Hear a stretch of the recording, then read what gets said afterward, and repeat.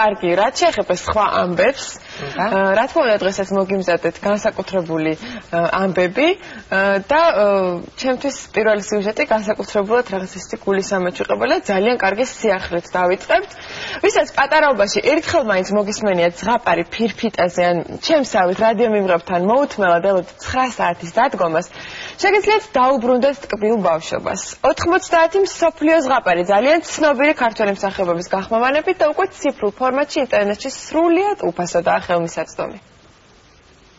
ხუმარა ხარაზი. ერთმა ქალმა ხარას ჩექმა მიუტანა და სთხოვა. ისე დააკერე, ერთი ნახრეტიც არ დარჩესო. ზღაპარის მსახიობი გოგი გეგეჭკორი კითხულობს, ჩანაწერი კი გასული საუკუნის 60-70-იან წლებში სტუდია მელოდიაში შესრულდა. მაგნიტურ ფირფიტებზე და გრამა ფირფიტებზე შემონახული ზღაპრები წლების განმავლობაში ეროვნული არქივის საცავში ინახებოდა. მათი გაციფრულების იდეა კი რამდენიმე წლის წინ გაჩნდა. რამდენიმე ეტაპიანი პროცესი უკვე დასრულებულია. ზღაპრების აუდიო ვერსია ინტერნეტ სივრცეში გამოჩნდა და დიდი დაინტერესებაც გამოიწვია. რწყილი და ჭიანჭველა დაძმობილდნენ. წავიდნენ გზასა. მიადგნენ ერთ რუსს. ქართული, გერმანული, სლოვაკური, ინდონეზიური, ჩეხური და იაპონური ზღაპრების აუდიო ვერსიებს ლეგენდარული ქართველი მსახიობები კითხულობენ. ცნობილი თუ ნაკლებად ცნობილი ზღაპრის პერსონაჟები ეროსი მანჯგალაძის, მედია ჩახალას, ელენე ყიფშიძის, მერაბ გეგეჭკორისა და მერაბ თაბუკაშვილის ხმებით საუბრობენ. იყო ესეთი მიმართულება, რომ სტუდიებში იწერებოდა ზღაპრები, კითხულობდნენ ცნობილი ქართველი მსახიობები და შემდეგ გამოდიოდა აი ასეთი სახით, ფირფიტების სახით. გადავწყვიტეთ, რომ ეს ყველაფერი, ეს რაღაცა უფრო დაიკარგა, მივიწყებას მიეცა ეს ჩანაწერები და არის უაღრესად საინტერესო ტექნიკური დამუშავების შემდეგ ხდება უკვე ამათი გაციფრულება. რა თქმა უნდა, ეს გაციფრულება მოხდა უმაღლესი ხარისხით, ჩვენ გვაქვს ამის საბედნიეროდ ამის საშუალება. და უკვე შემდეგ მივეცით ფორმა ამას ასეთი ინტერნეტის სახით.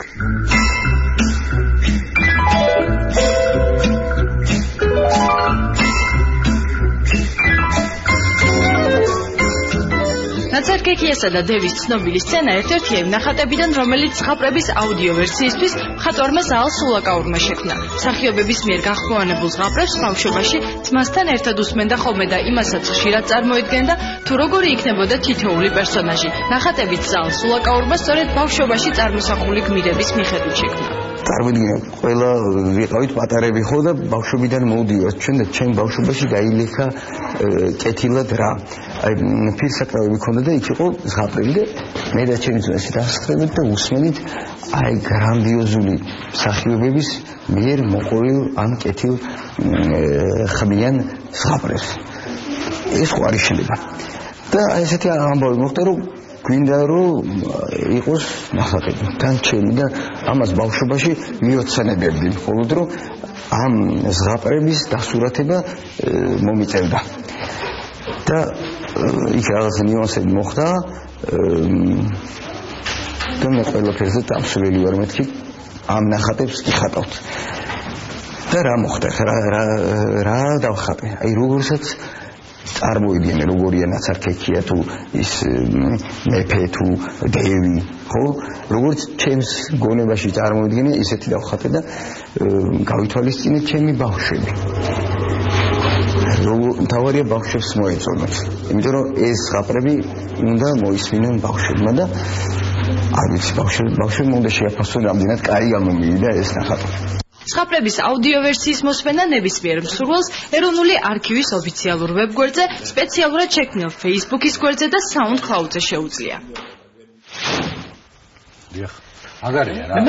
მე არ ვიცი, თქვენ ძალიან პატარები ხართ, მაგრამ მე მართლა გავიზარდე ზღაპრებზე, რომელიც მქონდა ფირფიტაზე, ბევრი ძალიან და თითქმის მთელი დღე ჩართული მქონდა, იმიტომ რომ აბსოლუტურად წინ უსწრებდი ხოლმე მთხრობას, იმდენად ზეპირად ვიცავდი და კიდე იყო ესეთი რიტუალი, ჩვენთან სამზარეულოში იყო ქალაქის რადიო აბსოლუტურად ერთი არხი იყო და ესე მაღლა ეკიდა და წდებოდი მახსოვს ეს რომ მივწვდი უკვე დიდი ამბავი იყო და 9 საათზე ესეთი კარები გვეკიდა რომელიც მარტო ჩარჩო იყო ანუ შუშა არ იყო ამ ჩარჩოზე ჩამოვჯდებოდი სახელურზე მეკავა ხელი აი ასე ხოხიანებდი და თან ვუსმენდი ხოლმე იმიტომ 9 საათზე იწყებოდა მაგარი ზღაპრები ჩემთვის რაღაც სასწაული ეს ალბათ რაღაცა მრავალწლიანი გადაცემა იყო როგორც ჩანს იმიტომ რომ მე მახსოვს ჩემს ბავშვობაში ოღონდ ძალიან პატარა როცა ვიყავი და როცა ვიყავი სოფელში ზამთარი იყო კარგად მახსოვს ოღონდ ჩვენ გვქონდა ესეთი ფეხიანი რადიოები რო იყო 4 კუთხედი ესეთი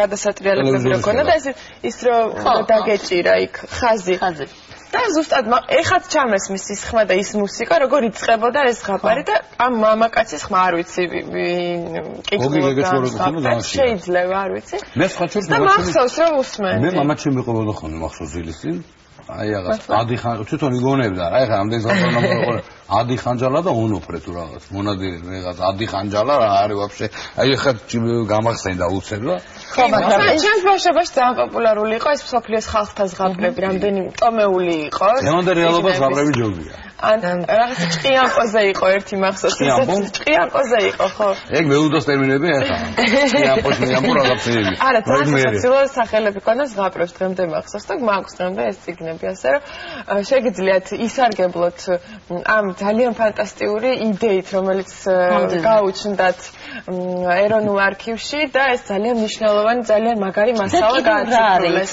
იქ ისეთი მსახიობები კითხულობდნენ რომ რა თქმა უნდა ეს ძალიან კარგი არის რომ გაუფრთხილდნენ მონახეს ალბათ გაასუფთავეს ეს ყველაფერი და შემოინახეს და კვლავ ისინი ცოცხლობენ ამ ზღაპრებში და მე ესე თაობებს კვლავ მოუყვებიან ზღაპრებს რო ნახო ზოგი ფილმის ხო არ მინდა გახმოვანებას ამოეხარენა მოდი ესეთ ინტონაციებს რო აღარ გადავიდეთ შემდეგ თემაზე